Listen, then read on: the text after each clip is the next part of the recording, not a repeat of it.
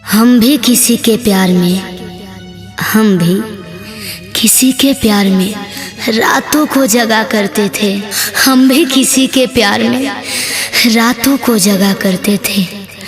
उसके एक बुलाने पे, उसके एक बुलाने पे खाली पैर ही भगा करते थे, खाली पैर ही भगा करते थे।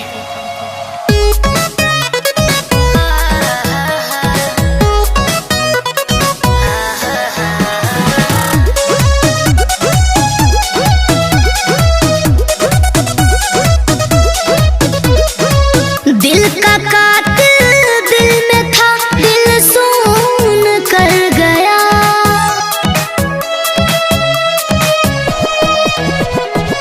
दिल का कातिल दिल में था, दिल सुन कर गया।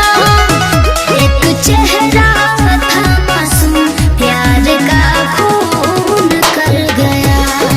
हो एक चेहरा था मासूम, प्यार का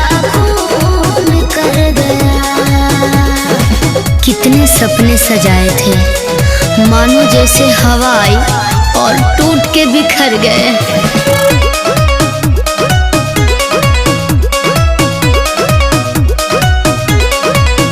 अपनों से शिकायत क्या है गैरों के सामने।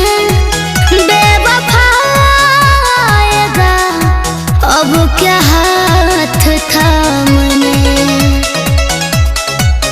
अपनों से शिकायत क्या गैरों के सामने। बेवफा आएगा अब क्या हाथ थामने।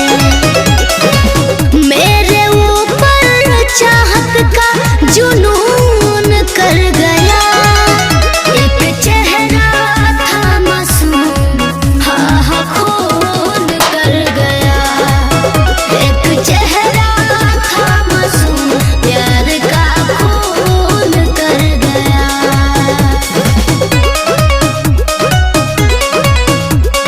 Mixed by Deepak Dilkash।